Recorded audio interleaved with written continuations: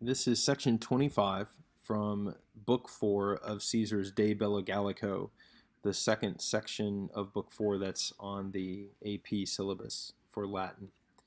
And we're going to do this in two halves here, so I'm going to stop it at re tulerunt. Which thing when Caesar notices it, and so again, we can pretend that this quod is really an et id.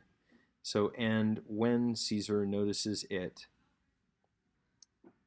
the long ships,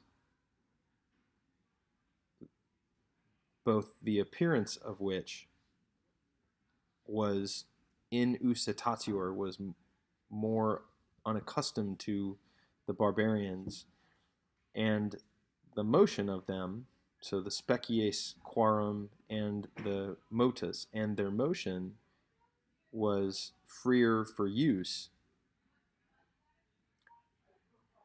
Now we have all of these infinitives here, and they all circle back to usit. So he ordered them to be removed a little bit from the big grain chips, and he ordered them to be incited, to be roused by oars,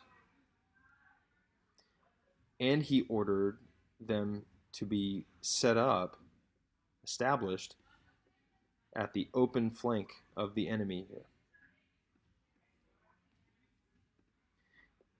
And then at that point, he ordered that the enemy, so we have a change in infinitive subject here. He ordered that the enemy be repulsed by slings and arrows and catapults, and that they be moved back.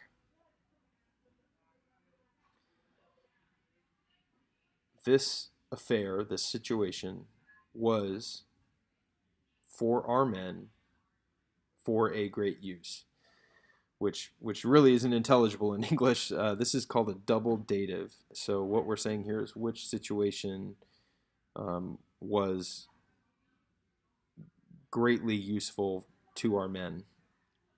For both by the shape of the ships, of our ships, by the motion and by the motion of our oars, and by the unusual, unaccustomed nature of our catapults, the barbarians moved, literally moved, emotionally moved. I just translate this essentially as freaked out.